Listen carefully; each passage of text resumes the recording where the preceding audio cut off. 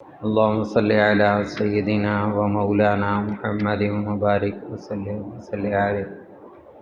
عن ابي هريره رضي الله تعالى عنه قال قال رسول الله صلى الله عليه وسلم: من يأخذ عني هؤلاء الكلمات فيعمل بهن أو يعلم من يعمل بهن قلت أنا يا رسول الله، فأخذ بيدي فعد خمسا فقال: اتق المحارم تكن أعبد الناس، وارضى بما قسم الله لك تكن أغنى الناس، وأحسن إلى جارك تكن مؤمنا، وأحب للناس ما تحب لنفسك تكن مسلما، ولا تكسر الزح فإن كثرة الزح تميت القلب، أو كما قال علیہ الصلاۃ والسلام.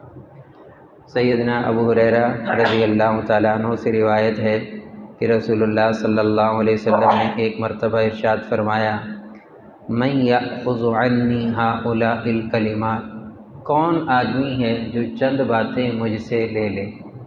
وہ ہے تم میں سے ایسا آدمی جو مجھ سے چند باتیں لے لے، فیعمل بہن، ان پر خود عمل کرے اگر خود نہیں کر سکتا، او یعلم، یا سکھا دے، من، اس شخص کو، یعمل بہن، جو اس پر عمل کر لے.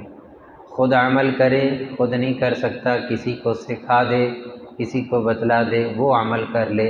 بہت. حضرت ابو ہریرہ رضی اللہ تعالیٰ عنہ نے عرض کیا: انا یا رسول اللہ، میں آپ کی خدمت میں حاضر ہوں، آپ مجھے بتائیں، میں خود بھی عمل کروں گا، لوگوں کو بھی بتاؤں گا. حضرت ابو ہریرہ فرماتے ہیں کہ رسول اللہ فأخذ بیدی، حضرت ابو ہریرہ فرماتے ہیں رسول اللہ صلی اللہ علیہ وسلم نے میرے ہاتھ کو پکڑا، فعد خمسا، اور 5 باتیں گنوائیں. میں ایک بات عرض کروں گا اس موقع پہ فائدہ اٹھاتے ہوئے.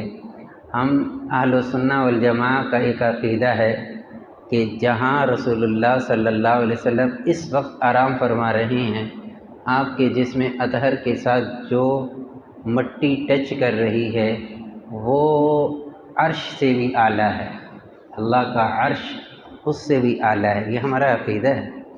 رسول اللہ صلی اللہ علیہ وسلم کے مقام اور مرتبے کے کیا کہیں؟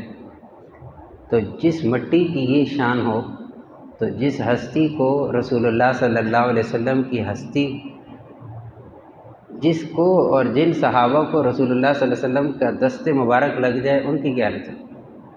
تو کتنے مشکل کام ہے کہ حضرات صحابہ پہ جرح کرنا، باتیں کرنا. ایک بات اچھی طرح نوٹ کر لیں، صحابی پہ جرح نہیں ہو سکتی. صحابی کسی پہ جرح نہیں کر سکتے آپ کہ صحابی کیسا تھا، اس کی زندگی کو نہیں کھنگال سکتے. اس کے لیے ایک لقب کافی ہے کہ وہ صحابی رسول ہے، بس. حالت ایمان میں رسول اللہ صلی اللہ علیہ وسلم کی صحبت کو پایا اور حالت ایمان پر ہی مر گیا. اب دنیا کی کوئی طاقت اس سے یہ عہدہ چھین نہیں سکتی. اور ہمارا یہ بھی عقیدہ ہے کہ ساری دنیا کے غوث، قطب، ابدال سارے جمع ہو جائیں، ایک صحابی کو نہیں پہنچ سکتے. باتیں کرنا تو آسان ہے کسی بھی صحابی کے بارے میں، چاہے وہ صحابیہ ہو یا صحابی رسول ہو، اپنی زبانیں بند ہونی چاہیے کسی بھی لحاظ سے. ہم ان کی زندگی کو نہیں کھنگالیں گے. ان کے لیے یہ لقب کافی ہے کہ وہ آقا صلی اللہ علیہ وسلم کو دیکھ چکے ہیں ایمان کی حالت میں، اور اسی حالت میں ان کا انتقال ہو چکا ہے، چاہے آخر میں جا کر کیوں نہ کیا ہو، اس سے ہمیں غرض نہیں ہے. تو کیا فرمایا حضرت ابو ہریرہ؟ کتنا بڑا مقام ہے کہ آپ نے ہاتھ کو پکڑا حضرت ابو ہریرہ کے اور 5 باتیں گنوائیں. نمبر 1، پہلی بات فرمائی: اتق المحارم تکن اعبد الناس. لوگوں میں سب سے عبادت گزار بننا چاہتا ہے تو اللہ کی حرام کردہ چیزوں سے رک جا، جو اللہ نے حرام کیا ہے اس سے رک جا، سب سے لوگوں میں سب سے زیادہ عبادت گزار بن جائے. ایک بات. دوسری بات: ورضا بما قسم اللہ لک تکن اغنی الناس. جو اللہ کی تقسیم پہ راضی ہو جا، سب سے زیادہ مالدار ہو. تمام لوگوں سے تو مالدار بننا چاہتا ہے تو اللہ کی تقسیم پہ راضی ہو. اللہ نے ہر ایک کو الگ الگ، ایک ماں کی اولاد ہوتے ہیں، کسی کو اللہ کتنا نوازتے ہیں، کسی کو کتنا نوازتے ہیں، یہ اس رب کی قدرت. ورضا بما قسم اللہ لک، جو اللہ نے تیرے مقدر میں کر دیا اس پہ تو راضی ہے، اللہ کی تقسیم پہ راضی ہو جا تو سب سے بڑا مالدار ہے. 2 باتیں ہو گئی. تیسری بات آپ نے فرمائی: احسن الی جارک تکن مؤمنا. پڑوسی کے ساتھ اچھا سلوک کیا کر، تو مومن بن جائے گا، تیرا ایمان کامل رہے گا.